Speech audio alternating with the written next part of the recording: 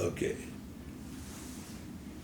But your questions can be heard Yes, on yes. the program. Yes, you don't have to repeat them.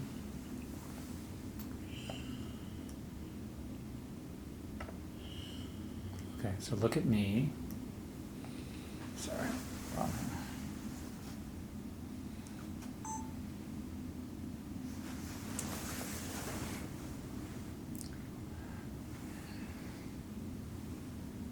Okay. So, Dr. Kissinger, there was a lot of news made recently about some comments you made about Ukraine. What did you say and why did you say it? I said what I did, which I mention in a minute, in order to call attention to the fact that this war is at a critical point and that we should have our aims clearly in mind so that we can settle it when the right moment has arrived, and I think it is approaching. My assessment of the situation is this. Russia has already lost the strategic war. It has not been able to defeat a weaker neighbor on its border, and it has also revealed that its military forces are not equipped to prevail in a conventional war against its neighbors.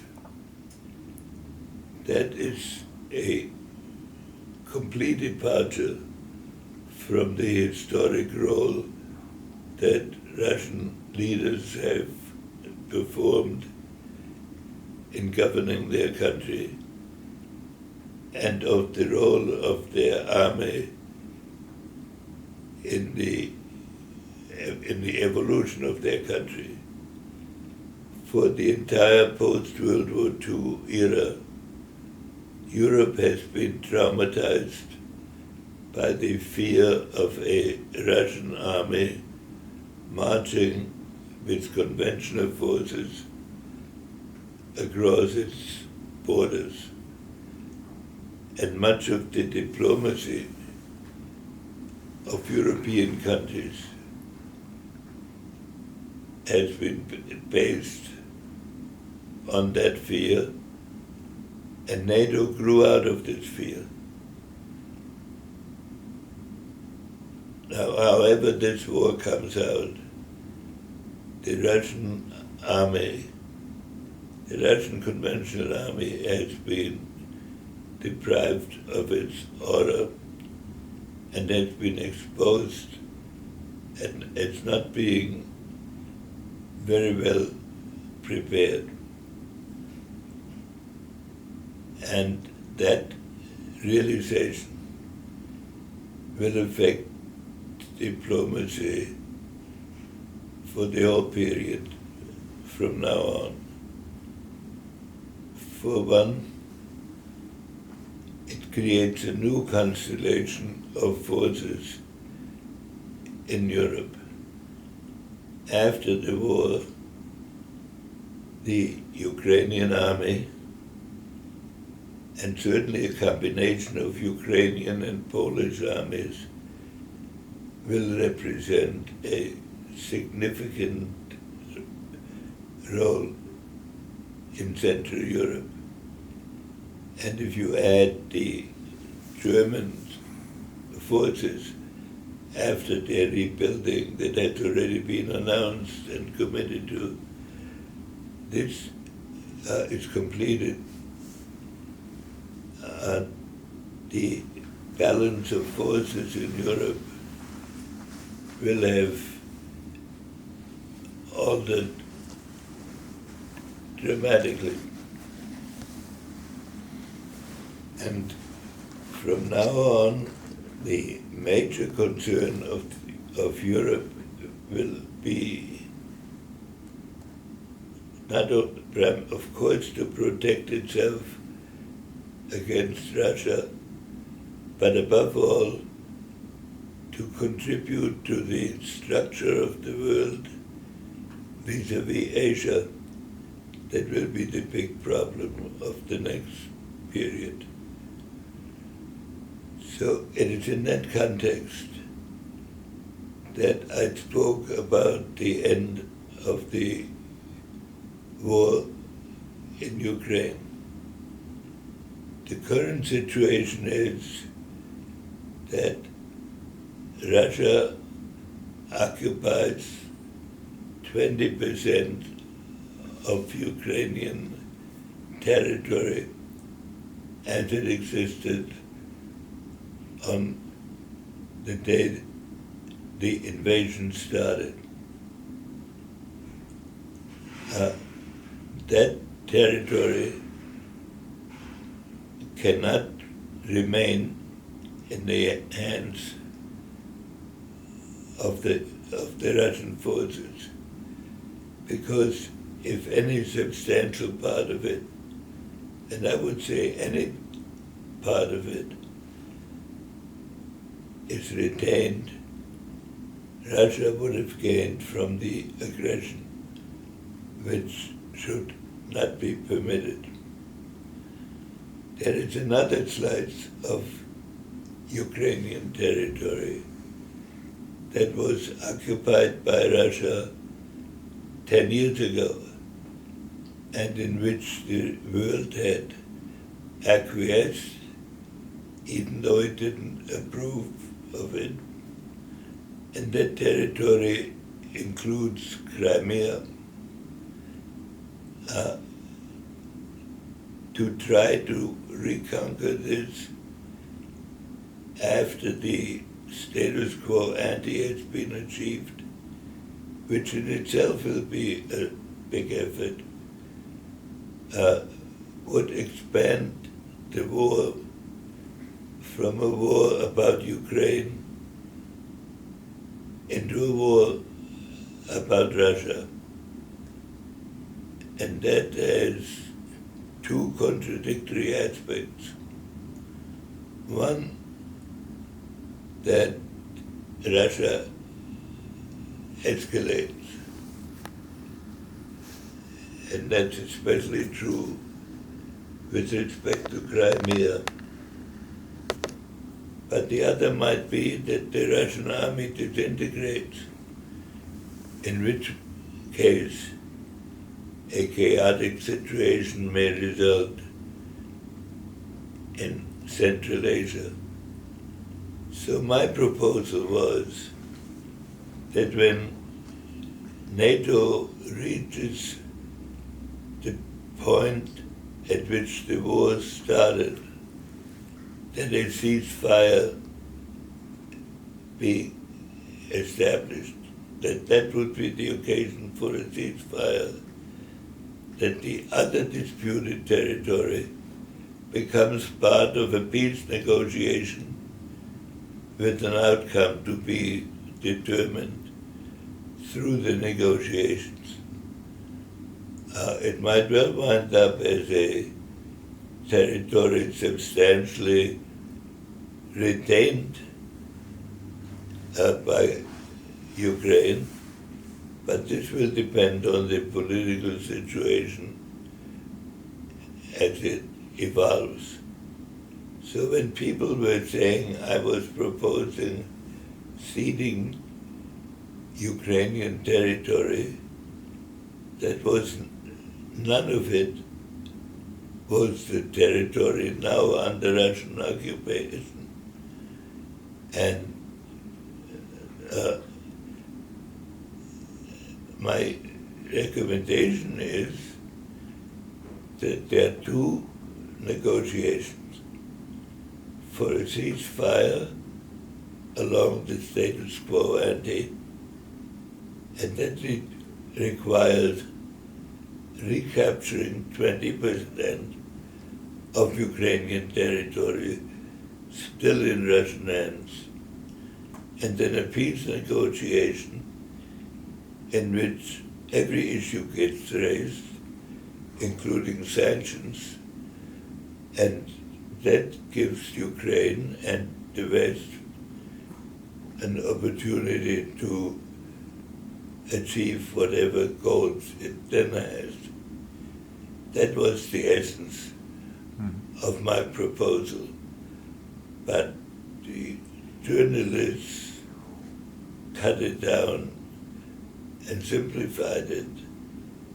And in the meantime, the Ukrainian president, who at first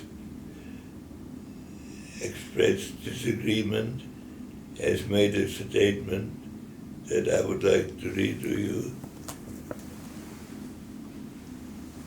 He made it on Dutch radio on May 28th.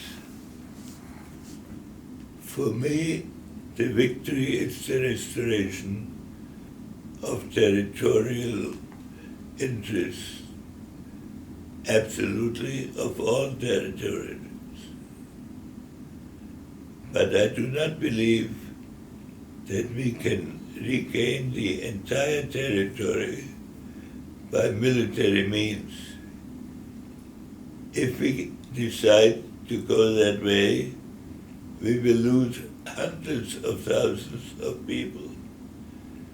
We must at least go back to the 24th of February line. That's the line where the war broke out. After that, we can talk about defending the territory that remains through diplomacy. That I mean, it's that we can fight the Russian Federation, but not to the last man. If we don't care, I care. If we get back the territory on the 24th, that's the outbreak, I'm sure Russia will be down to sitting at the negotiating table. We are ready to give up neither Crimea nor the Donbass, but we will negotiate about the part beyond the 24th of February. So President Zelensky ended up saying the same thing that you did. Basically, Zelensky was saying almost exactly the same thing that I did. So Dr. Kissinger, let's move to the relationship with China. China has not distanced itself from Russia yet, and they are partnering on some things. What do you think will happen to the West relationship with China if China stays close to Russia?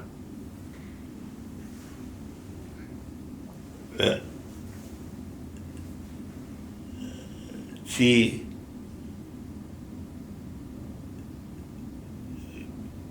misjudged the situation when he made his agreement with Putin on the opening day of the Olympic Games. He thought that Putin would achieve a victory in the war, but even if Putin didn't tell him the details, he must have given him the general outline. And what she was trying to achieve with the alliance with Russia is to fight what he considers the American attempt to hold him in a secondary place by allying himself in Europe with a Russian effort that challenged our basic position. And she announced at the same time that he was opposed to the expansion of NATO, which Putin had used as its pretext for starting the war. That situation has now been reversed, because however the Ukrainian war ends, the issue of expanding NATO into Ukraine has already taken place.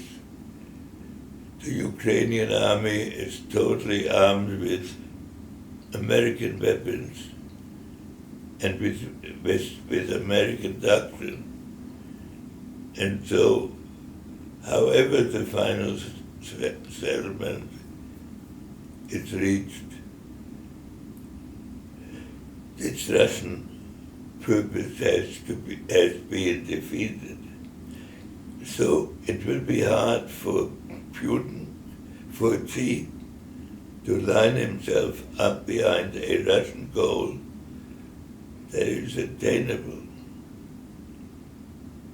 It's conceivable to me that if, after the February 24th sign is reached, we go militarily beyond it, that Putin might appeal to Russia, to China, on the ground that we are invading Russian territory and the Chinese alliance is in force. And it's also conceivable to me that China at that point might say something like, the original territory of Ukraine having been reached, any further step goes beyond what the UN and the European Union originally asked for, and he might then refuse to join the sanctions that he has up to now observed. So Xi is in a complex position. How does he conduct himself during the termination phase of the war so that he doesn't mortgage his relations with the United States, but at the same time in a manner that preserves the credibility of earlier assertions that he had made? I think that is a big problem in Chinese deliberations. Secondly, there is now the following strategic issue. Russia and China are not natural allies. In all my acquaintance with Chinese leaders, I have never heard any talk of Russian leaders with affection, and rarely even with respect. They conduct themselves as a culturally superior country. But above all, they remember that most of Siberia that Russia now administers was taken from China in the second half of the 19th century. So not so very long ago in terms of history. And for Russia, as long as Russia is now in a defensive position, an alliance with China is too far away geographically Now they may still cooperate to some extent, but the next 20 years, if American policy is understanding of this situation, will not include an alliance between Russia and China for much longer. So I have one more question, Dr. Kissinger. When you look at the world order in the future, with this big surprise about Ukraine and the increasing tensions with China, do you think that the world will look more global, or do you think the world will be more geopolitical spheres? And I'm particularly concerned if it's the latter.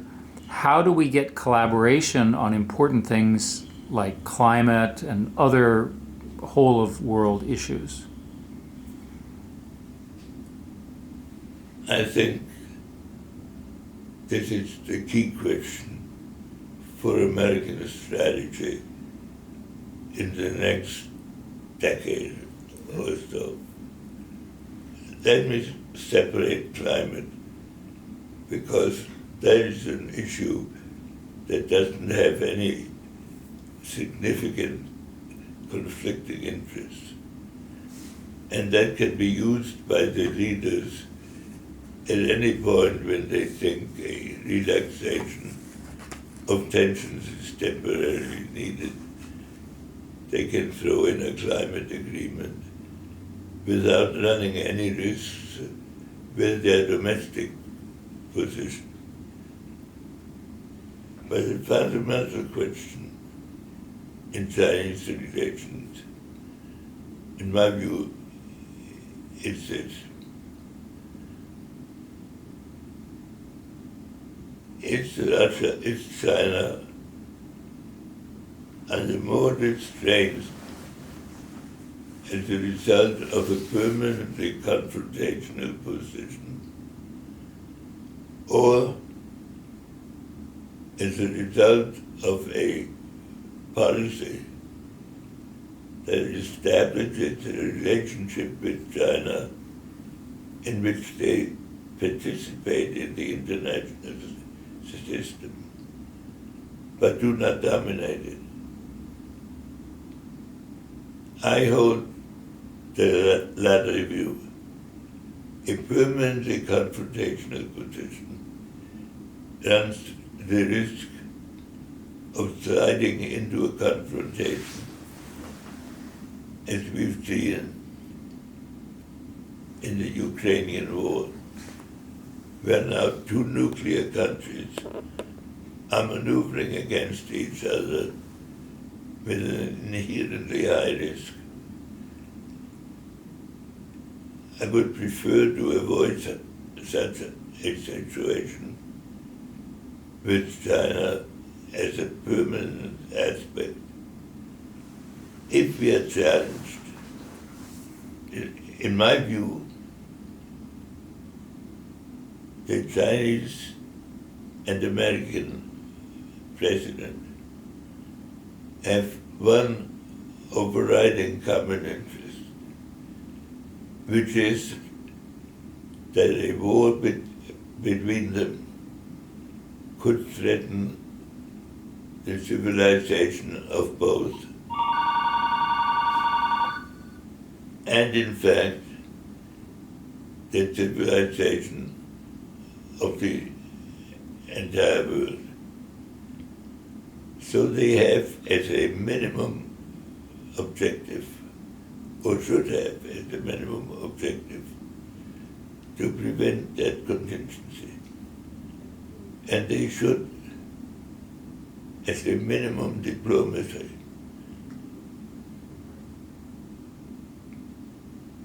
understand with each other that they would work to avoid that contingency and to set up a system by which they can communicate with each other readily and discuss before it happens ways to avoid the ultimate catastrophe. That's the minimum. Within that, they will probably also be able to agree on how to solve or work together on climate change, possibly pandemic control, and other subjects. So I believe that the best way to avoid catastrophic risks and to create the option for a better world is by the American and Chinese leaders stay in permanent contact. That should not, it's not contrary to a strong American defense.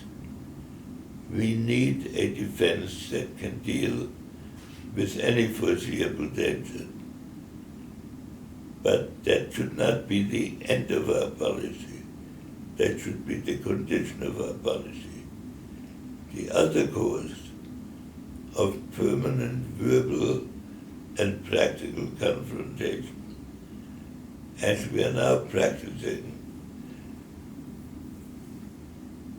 is impressive from a public relations point of view, but it's extremely dangerous because it creates pressure and confrontations on a permanent basis without an off-ramp and without any vision for a better future. Thank you, Dr. Kissinger, for taking the time to talk about this. What do you think of this?